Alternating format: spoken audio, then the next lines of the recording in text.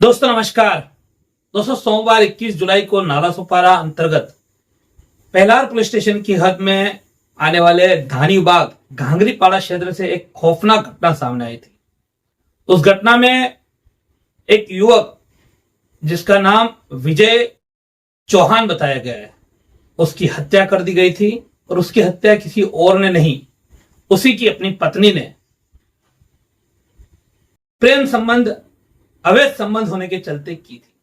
दरअसल घटना कुछ ऐसी थी कि विजय चौहान की पत्नी, जिसका नाम चमन चौहान बताया गया है, वो चमन चौहान ने वहीं ओम साई वेलफेयर सोसाइटी जहां वो रहती थी उसमें अपने घर से करीब ही एक कॉलेज स्टूडेंट 20 वर्षीय मोनू सिंह के साथ मिलकर अपने पति की हत्या कर दी थी।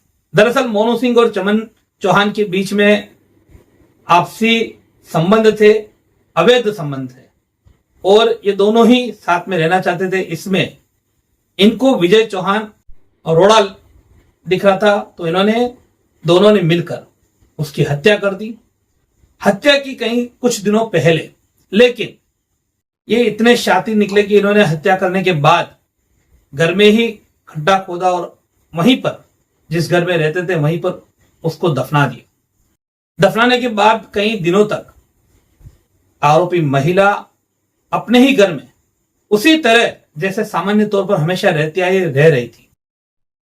लेकिन कहते हैं कि पाप का घड़ा एक दिन फूटता ही है और इनके अवैध संबंध की भनक मोनू सिंह के परिवार को लगी। तब घर में आपसी कुछ विवाद हुआ और उसके बाद मोनू सिंह और यह महिला चमन चौहान दोनों ही एक साथ फरार हो गए।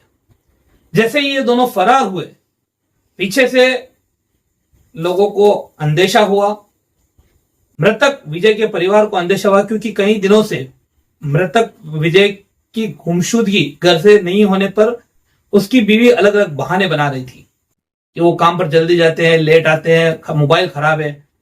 लेकिन जब इस तरह से दोनों वो फरार हुई और कई दिनों से उसका पता नहीं था, तब मृतक के परिवार को पूरा अंदेशा हुआ और उन्होंने उस अंदेशे के चलते हुए घर में खुदाई की और वो लाश मिली थी। इसके बाद पुलिस में मामला दर्ज हुआ और पुलिस ने त्वरित कार्यवाही करते हुए अलग अलग 5 टीमें बनाई और अलग अलग जगह पे दबिश दी। टेक्निकल एविडेंस के आधार पर उनकी लोकेशन का पता लगाया, तब मालूम पड़ा कि ये पुणे में पहुंच गए थे। तुरंत ही पहलार पुलिस ने पुणे जाकर वहां से इनको गिरफ्तार कर लिया है।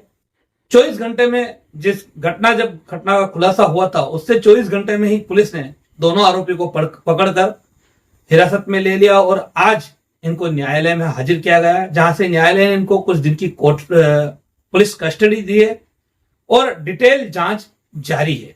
इस पूरे मामले पर नालासोपारा विभाग के डीसीपी सुहास बावचे ने एक प्रेस कॉन्फ्रेंस लेकर मीडिया को जानकारी दी।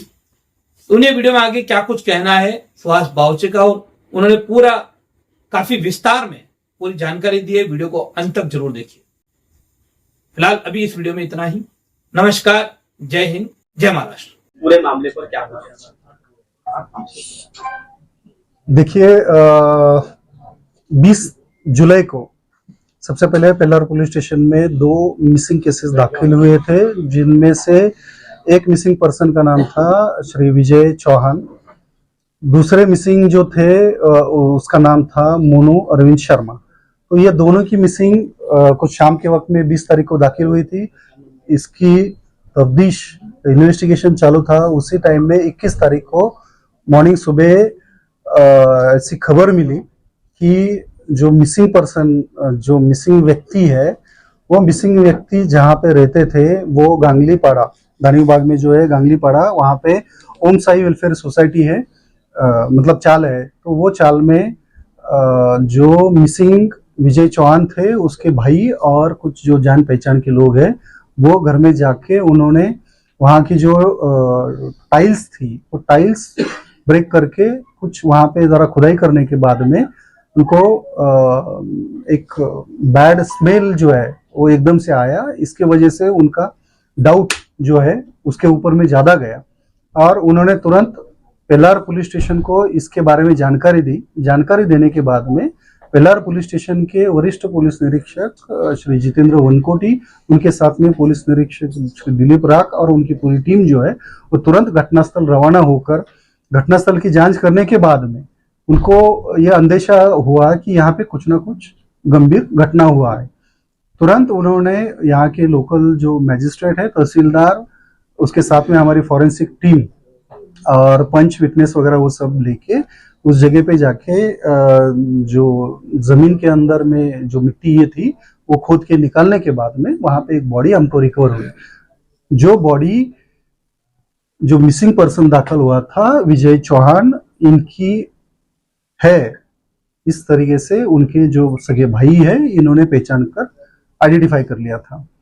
उसके बाद में इस घटना की गंभीरता को देख के तुरंत पेल्लार पुलिस स्टेशन में जो गुना रजिस्टर क्रमांक है 408/2025 जो भारतीय न्याय संहिता की अलग अलग धारा जिसमें 103, 1, 238 और 3(5) के तहत तुरंत मामला दर्ज करके जो इन्वेस्टिगेशन है, आगे का इन्वेस्टिगेशन के लिए हमारे माननीय police commissioner sir Niket Kaushik sir और इसके साथ में अपर पुलिस आयुक्त श्री दत्तात्रेय शिंदे सर, इनके मार्गदर्शन में अलग अलग टीम्स का निर्माण करके अलग अलग जगह पे आरोपियों की पकड़ के लिए तुरंत रवाना कर दिए गए।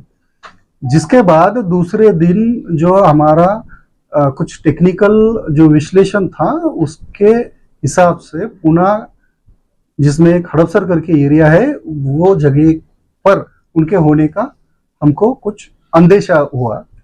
उसके बाद हमारी जो टीम है वो पूरा एरिया जब छान रही थी उस टाइम में ये जो आरोपी है हमारे टीम के नजर में आए। तुरंत उनको ताबे में लेके यहाँ पे लाने के बाद आज सुबह तड़के माननीय न्यायालय के पास में समक्ष उनको खड़ा किया गया और इन्वेस्टिगेशन के लिए माननीय न्यायालय ने हमको 30 तारीख तक मतलब 7 दिन की पुलिस कस्टडी रिमांड दे दी गई। सर, हत्या का कारण क्या था? देखिए, जांच जो अभी प्राथमिक अवस्था में है, इसमें जो चीजें प्राथमिक रूप से सामने आ रही है उसमें जो इसमें मृतक है विजय चौहान, इनकी पत्नी श्रीमती चमन चौहान और इन्हीं के रूम के बगल में रहने वाला मोनू अरविंद शर्मा, ये दोनों के बीच में पिछले कुछ महीनों से जो नाजायज संबंध और जो प्रेम संबंध जो तैयार हुए थे और जिसके चलते जो मृतक विजय चौहान है उसके और उसकी पत्नी आरोपी चमन चौहान, ये दोनों के बीच में और जो यह दूसरा आरोपी है मोनू शर्मा, इसके माता पिता और मोनू शर्मा खुद, इनके साथ में काफी बार अनबन झगड़ा इस तरीके से काफी दिन से चल रहा था और इसी के चलते इन दोनों के जो चक्कर चल रहा था इसमें इसकी बाधा ना रहे या फिर इसको हटाया जाए, इसके चलते आरोपियों ने जो मृतक है उसकी हत्या कर उसका जो शव है वो शव अपने ही घर में गड्ढा खोदकर उसमें दफन कर दिया था। हत्या किस प्रकार की है? किस हथियार का उपयोग किया गया था या किस पद्धति से? जी देखिए, हथियार और इसके बारे में जो है वो जब पोस्टमार्टम रिपोर्ट मिलेगा और उसके बाद में बाकी और इन्वेस्टिगेशन करने के बाद एक्चुअली में किस तरीके से और किस इससे हथियार से या और दूसरे किस तरीके से इसकी हत्या हुई है इसके बारे में और स्पष्ट रूप से जानकारी जी, हत्या में दोनों के सहभाग की प्राथमिक रूप से पुष्टि हुई है और दोनों ही आरोपियों के बारे में और जो भी घटनाक्रम हुआ है उसके बारे में आगे और डिटेल में इन्वेस्टिगेशन जो है वो जारी है। सर्विसगिरी का क्या रोल है? सर्विसगिरी का क्या रोल है?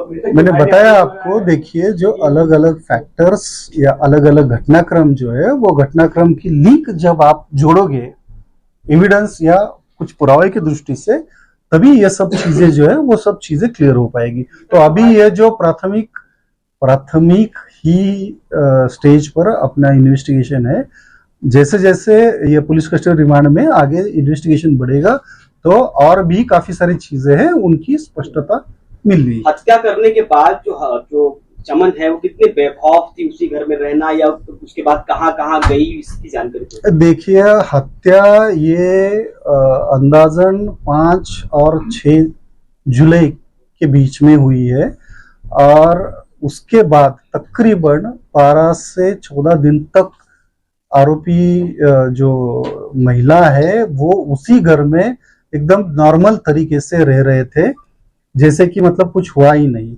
इस टाइप से उन्होंने खुद को और आसपास के लोगों को उस तरीके से प्रेजेंट किया कि सब कुछ ठीक से चल रहा है। सर, एक सवाल है कि विजय चौहान की क्या मिसिंग कंप्लेन दर्ज की गई थी? वो तो मैंने शुरुआत में ही बताया ना। सर, घर किसके नाम पे था? बच्चा कहाँ था? घर किसके नाम पे? छोटा बच्चा भी है वो। ये सब चीजें आप जो ये है वो बच्चा कहाँ था जिस समय हत्या हुई और बच्चे ने क्या जानकारी? देखिए, जब देर रात तो उनकी हत्या की गई उस टाइम में बच्चा उन्हीं के घर में था, कहीं बाहर नहीं था। और दूसरे दिन जब वो गड्ढा खोदकर उसमें ये कर रहे थे तो उस टाइम में कुछ देर के लिए वो जो बच्चा है वो अपने स्कूल गया था और उसके बाद में फिर वो अपने घर पे ही रहा है। मृतदेह को कहाँ रखा गया था हत्या के बाद? हत्या के बाद में मृतदेह उन्हीं का जो सोने का पलंग है, मतलब जिसपे सोता है, वो जो बेड है, बेड के ऊपर में ही, मतलब उसके ऊपर में चादर वगैरह वो सब काफी सारा कपड़ा वगैरह डाल के लपेट के वहीं पे रखा गया था। और ये सब काम होने के बाद, गड्ढा होने के बाद में फिर उसमें डालकर दफन कर। पुणे में कैसे पहचान हुई कि यहाँ पर वो औरत है या बच्चा है, कैसे उसको? देखिए, कुछ छोटी मोटी जो टेक्निकल चीजें होती है, जो चीजों के माध्यम से यहाँ तक हमको जानकारी मिली थी कि पुणे में किसी एरिया में वो हो सकते हैं। अब वो अगर हमको वो थोड़ा सा लीड था, लेकिन उसके आगे बाकी कुछ भी लीड नहीं था। तो हमने हमारी जो पूरी टीम है वो पूरी टीम अलग अलग टुकड़ियों में बांटकर वो जो एरिया है वो एरिया पूरा हम स्कैन कर रहे थे, मतलब पूरा एरिया छान रहे थे। और ऐसी छानबीन करते वक्त में एक मेडिकल स्टोर के पास में ये जो 5 साल का लड़का है इनका, तो वो लड़का वहां पे स्पॉट हुआ। होने के बाद में जो हमारे PSI भोपले करके है, उन्होंने देखने के बाद थोड़ा सा उनको जैसे डाउट रहा हुआ। उसके बाद में थोड़ा सा इधर वो देखने के बाद ये जो आरोपी महिला है चमन चौहान, तो वो अपने सर के ऊपर में दुपट्टा ओढ़कर वहां से निकल रही थी। तो निकलते समय में अचानक, मतलब हवा या किसी वजह से हुआ होगा, लेकिन वो जो दुपट्टा है थोड़ा सा उनके सर से सरक गया था, जिसके कारण वो एक कुछ सेकंड का जो है वो चेहरा हमारे ऑफिसर को देखने को मिला। जिसके बाद, क्योंकि हमारे उनकी तस्वीर जो थी हमारे ऑफिसर के पास थी, और तुरंत हमारे ऑफिसर ने वो बच्चा और वो आरोपी महिला है उनको तुरंत पहचान लिया। उन्हीं के साथ में ये जो दूसरा आरोपी है वो भी था, तो तुरंत हमारी टीम ने झपट कर उनको ताबे में ले लिया। इस हत्या को किस तरीके से अंजाम दिया गया? क्या किसी धारदार हथियार का इस्तेमाल किया गया है या? ऑलरेडी इसके बारे में मैं बोल चुका हूं। मोनू शर्मा का बैकग्राउंड बताइए सर। देखिए, मोनू शर्मा एक BSc IT के अच्छे कोर्स में तीसरे साल, मतलब तीसरे वर्ष में पढ़ाई कर रहा था।